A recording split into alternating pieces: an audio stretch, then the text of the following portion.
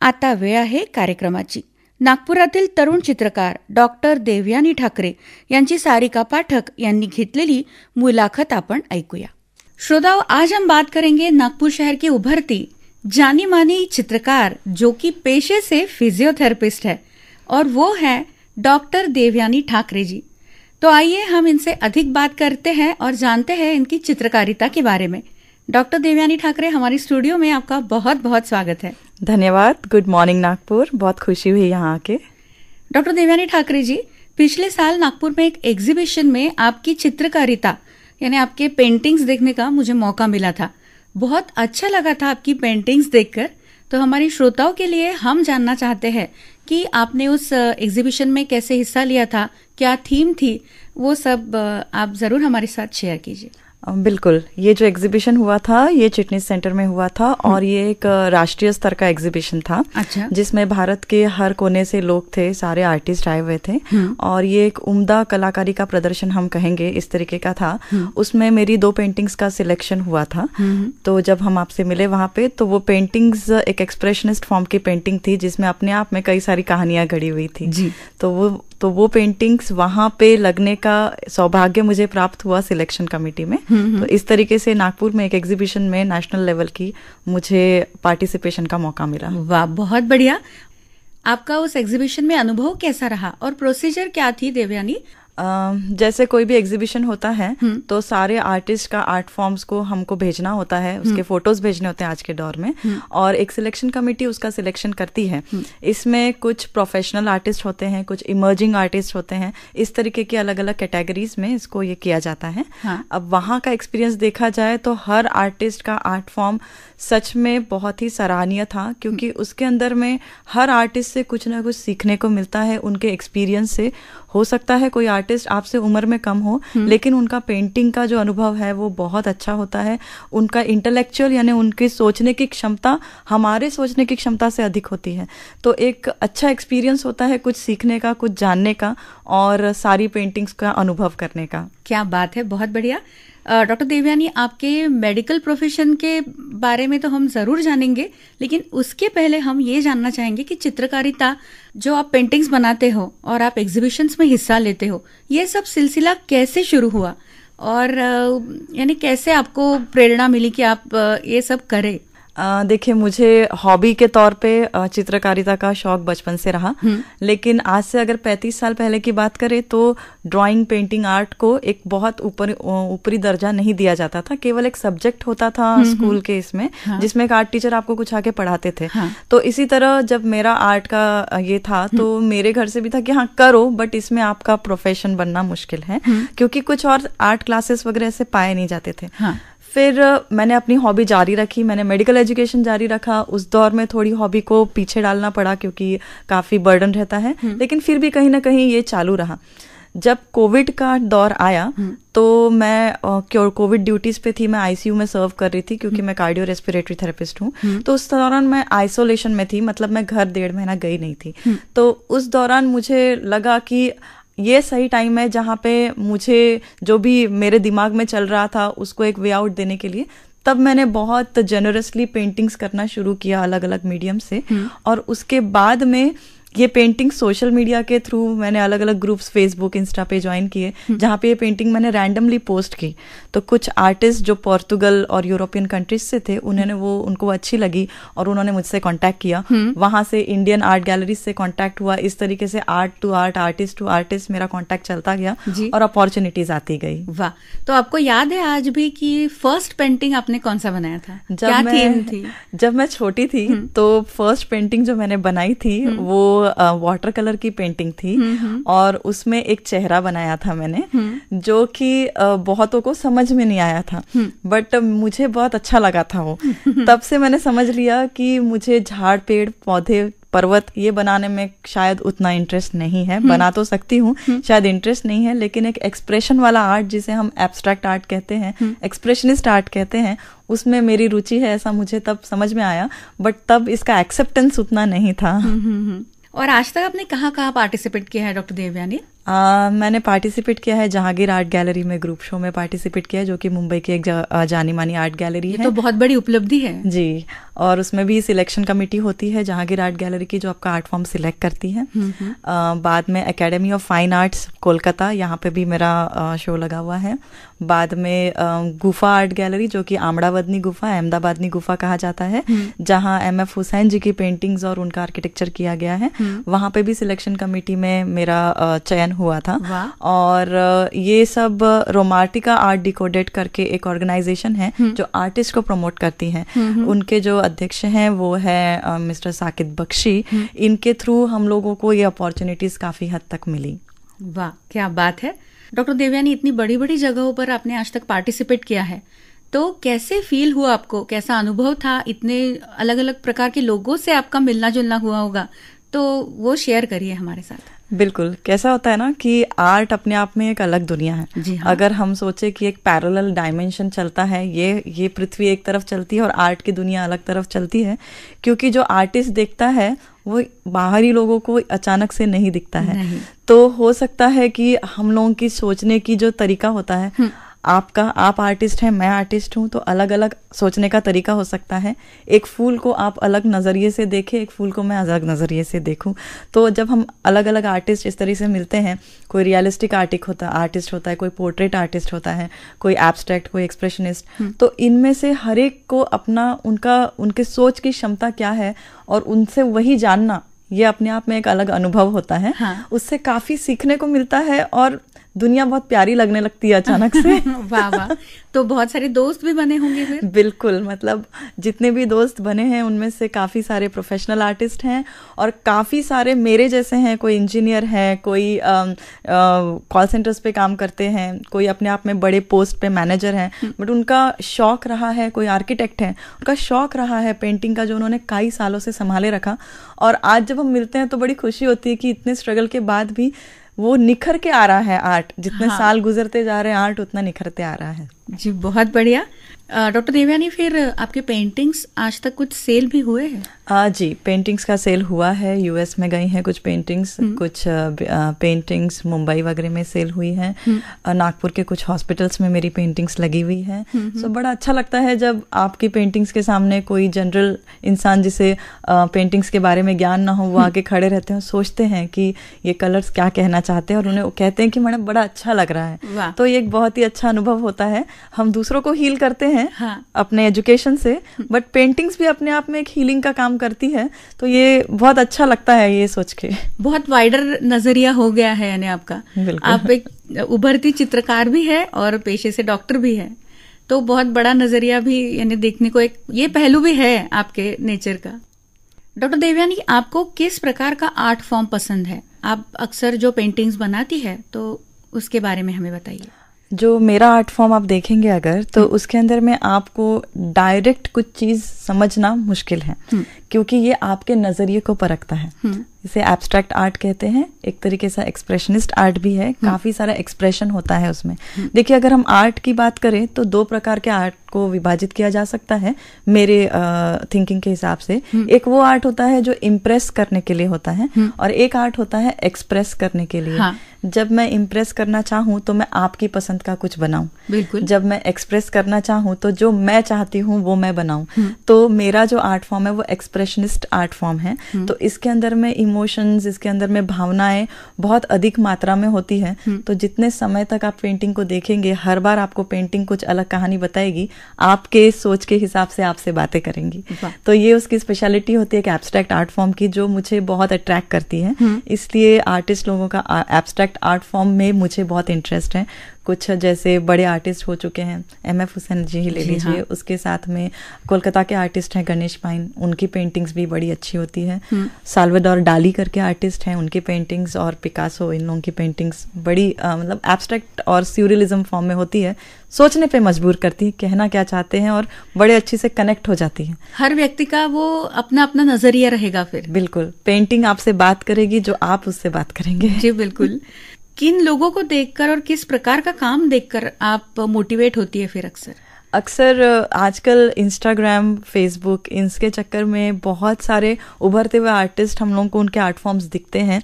तो जब भी मुझे कहीं एक एब्स्ट्रैक्ट आर्ट फॉर्म का आर्टिस्ट दिखता है तो मैं अपने आप उस आर्ट फॉर्म की तरफ खींची जाती हूँ।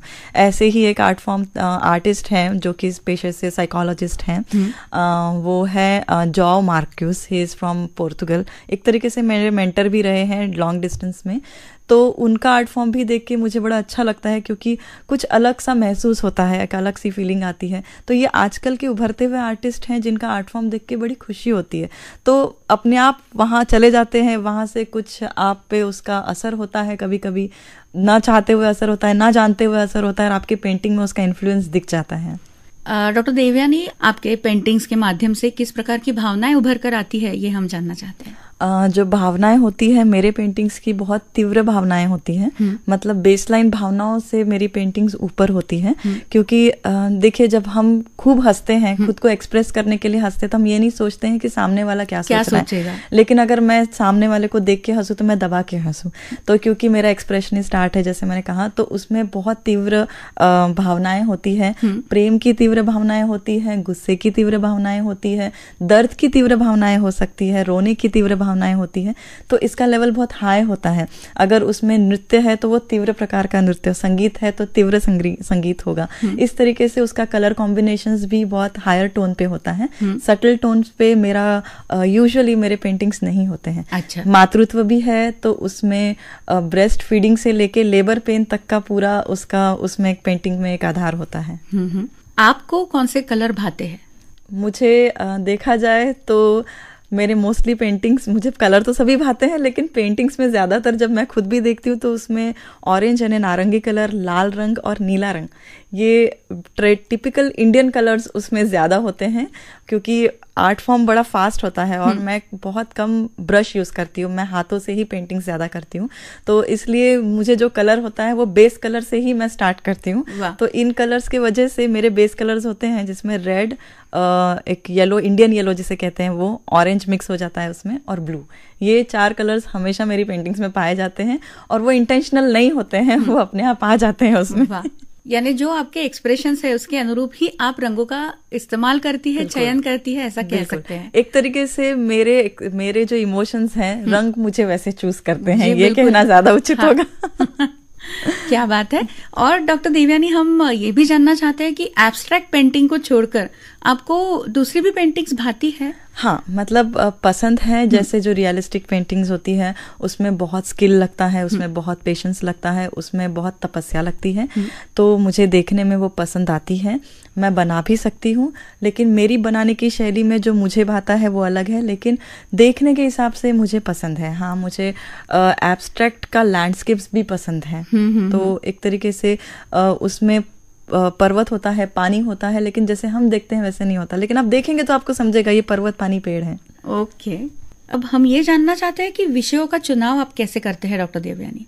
विषयों का चुनाव कई बार ऐसा होता है कि जब हम किसी पेंटिंग पे काम करना शुरू करते हैं तो उसकी एक थीम बनने लगती है। मतलब कुछ पेंटिंग्स एक के पीछे उस थीम पे चलती है, तभी उसमें एक कनेक्शन बनते जाता है। तो मेरी जो थीम होती है वो usually human emotions, human nature और इंसान के सोचने की क्षमता पे होती है। एक अभी जो मेरे कोलकाता में एग्जीबिशन लगा था उसकी थीम थी मास्क। मास्क का मतलब होता है मुखौटा। हाँ। तो इमोशनल मुखौटा, जैसे हमारे जो सोच है, कई बार हम सोचते हैं, हम लोग को लगता है कि हमारी सोच ना बहुत कॉम्प्लिकेटेड होते जा रही है, तो उसको लेके मुखौटे जैसे चढ़ाए जाते हैं। मुखौटे के अंदर इंसान कभी कभी सड़ता जाता है। हाँ। तो ये सारी थीम को लेके वो पेंटिंग का एग्जीबिशन था, जो कि बहुत ही ट्रेमेंडसली जुड़ने वाला था और एक तरीके से अगर सोचे तो वो बहुत घाव देने वाला भी था। तो लेकिन कभी कभी समाज को इन चीज़ों की ज़रूरत होती है। हर बार अच्छा बोलने से अच्छा होगा ऐसा नहीं होता है। कभी कभी हम लोग को उस लेवल तक जाना होता है जो मैसेज कन्वे करने के लिए ज़रूरी हो। तो जब वो मास्क का प्रदर्शन हुआ था तो उसमें बहुत सराहना हुई थी और उसके अंदर में काफ़ी लोगों को पेंटिंग्स बहुत पसंद आई थी, क्योंकि ऐसी चीज़ है जो हम कभी बोलते नहीं हैं। हाँ। महसूस सब करते हैं लेकिन बोलते नहीं हैं। हाँ। तो जब पेंटिंग बोलती है तो आप उससे कनेक्ट हो जाते हो। बिल्कुल, दिल के करीब लगता है ये। बिल्कुल बिल्कुल। और डॉक्टर देवयानी, फिर जैसे आपके जहन में अभी कुछ कलाकृति घूम रही होती है। हाँ। फिर उसे पूरा चित्रवत आने में कितना समय लगता है?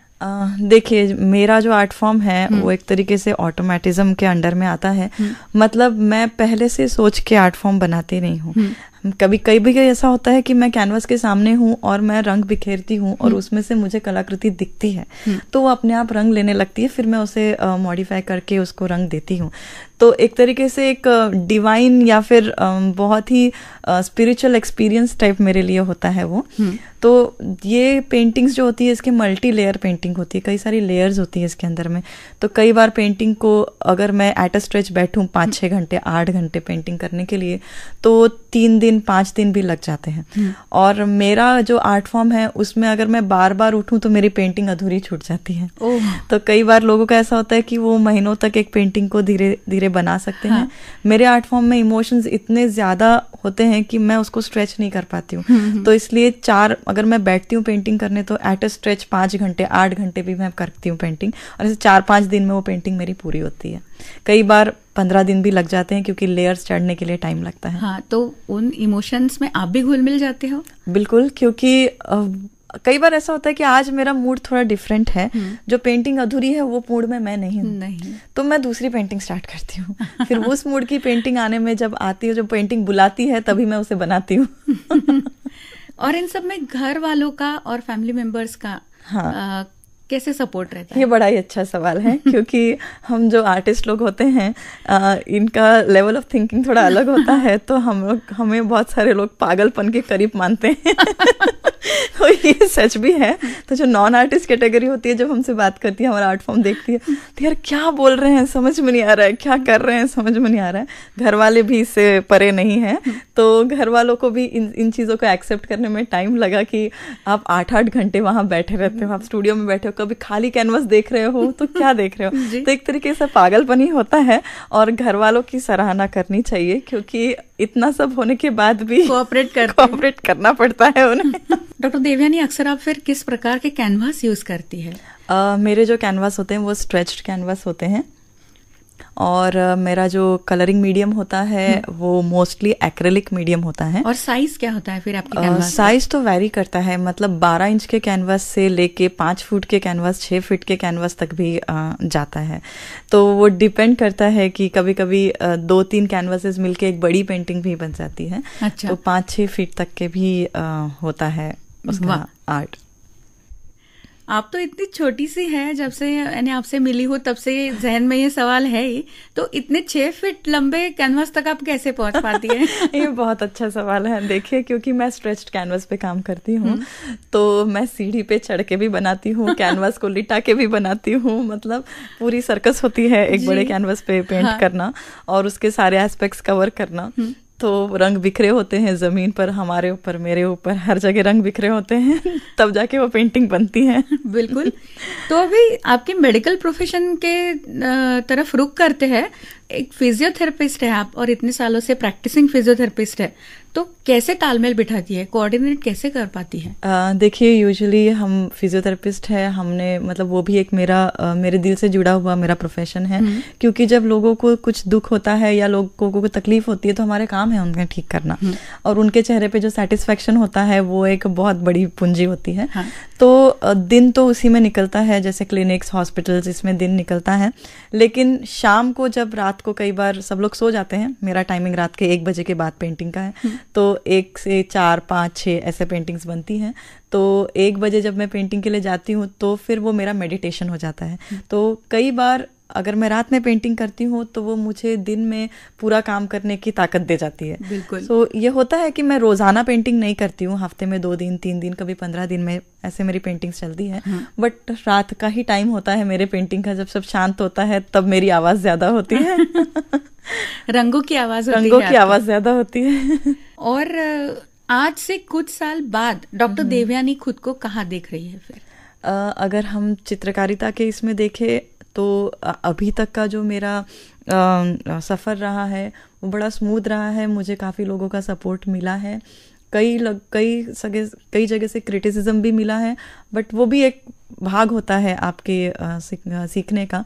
आज से अगर 10-15 साल आगे देखूं मैं, तो मुझे ऐसा लगता है कि मेरा आर्ट फॉर्म मेरी खुद की कंपटीशन से बहुत आगे निकलेगा और मेरे आर्ट फॉर्म में मेरा मेडिटेशन ज़्यादा होगा। और उम्मीद करती हूँ कि अभी जिस तरीके से समय बदल रहा है, दुनिया बदल रही है, अलग अलग आर्ट फॉर्म्स को उतना ही एक्सेप्टेंस मिल रहा है। बिल्कुल। क्योंकि अभी लोगों को इस तरीके के आर्ट फॉर्म्स चाहिए जो उन्हें सोचने पे मजबूर करें। तो ये सारे आर्ट फॉर्म्स को अभी मेरे मसूरी में यानी यूएस में एक आर्ट का डिमांड हुआ था। उन्हें चाहिए था कि माता का आर्ट हो जो कि अपने बच्चे को स्तनपान करा रहे हो, एब्स्ट्रैक्ट फॉर्म में चाहिए था। इस तरीके की डिमांड आ रही है क्योंकि इसमें ये घर में लगाना चाहते हैं लोग, क्योंकि उन्हें पता है कि ये चीज़ें हमारे रूटीन में है या हमारी जीवन के बहुत इम्पोर्टेंट घटक हैं। हाँ। तो ये चीज़ें सोच के अच्छा लगता है। शायद अगले 15-1 सालों में कई सारे आर्टिस्ट हमसे जुड़ेंगे और मैं खुद भी अपने आर्ट फॉर्म में काफ़ी प्रोग्रेस करूंगी। जी बिल्कुल। और क्या आपने प्रोफेशनल ट्रेनिंग भी ली है चित्रकारिता की? अनफॉर्चुनेटली मुझे प्रोफेशनल ट्रेनिंग मिलने का मौका नहीं मिला क्योंकि मैं मेडिकल स्ट्रीम में आ गई। हाँ। और घर वालों से उस समय उतना चांसेस नहीं थे कहीं और जाने के, तो वो नहीं मिल पाया। लेकिन जो लोग इसमें इंटरेस्ट रखते हैं, मैं उनसे कहना चाहती हूँ कि अगर आप कोई इंस्टीट्यूट ज्वाइन करते हैं, वो आपका स्किल एनकरेज करता है डेफिनेटली, लेकिन आप में पैशन आपका होना ज़रूरी है। बिल्कुल। मतलब अगर आप में पैशन हो तो आप किसी भी चीज़ से आगे बढ़ सकते हो। तो पैशन का जिंदा रहना बहुत ज़रूरी है। स्किल आपको एक्वायर किया जा सकता है, लेकिन पैशन नहीं हो तो स्किल आपको एक्वायर नहीं कर सकते हैं। बिल्कुल। डॉक्टर देवयानी, आपके फ्यूचर प्लान्स क्या होंगे फिर? फ्यूचर में मुझे कुछ इंटरनेशनल आर्ट गैलरीज में मुझे परफॉर्म करना है। मतलब मुझे मेरी आर्ट पेंटिंग्स डालना है और कुछ बड़े आर्टिस्ट्स हैं जिनसे मैं प्रभावित हूँ, उनसे भी मिलना है और शायद उनसे मुझे सीखने का मौका मिले तो मैं डेफिनेटली सीखने की कोशिश करूँगी। जी बिल्कुल। डॉक्टर देवयानी ठाकरे, आपने आपके फ्यूचर प्लान्स हमारे साथ शेयर किए। तो आपके जो भी प्लान्स है वो बहुत अच्छी तरह से फुलफिल हो जाए और आपके मेडिकल प्रोफेशन के साथ साथ आपकी चित्रकारिता की प्रोफेशन भी बहुत अच्छे से उभर के आए, ऐसे हम बहुत सारी शुभकामनाएं आपको देते हैं। और आज आप आए हमारे यहाँ, इसलिए हम आपका बहुत बहुत आभार भी मानते हैं। बहुत बहुत धन्यवाद। Thank you so much. बहुत अच्छा लगा आपसे बात करके। बहुत अच्छा लगा कि ये चीजें श्रोताओं तक जा रही हैं। श्रोते हो, आत्ताच आपण नागपूरच्या तरुण चित्रकार डॉक्टर देवयानी ठाकरे यांची सारिका पाठक यांनी घेतलेली मुलाखत ऐकली आणि याबरोबरच आजचा इंद्रधनुष्य कार्यक्रम संपण्याची वेळ सुद्धा होत आली आहे। तेव्हा या कार्यक्रमाचे सादर करते डॉक्टर विजयसिंग राजपूत यांच्यासह मी सारिका आता तुमची रजा घेते। पुन्हा आपण भेटू, तोपर्यंत स्वस्थ रहा आणि मस्त रहा। नमस्कार।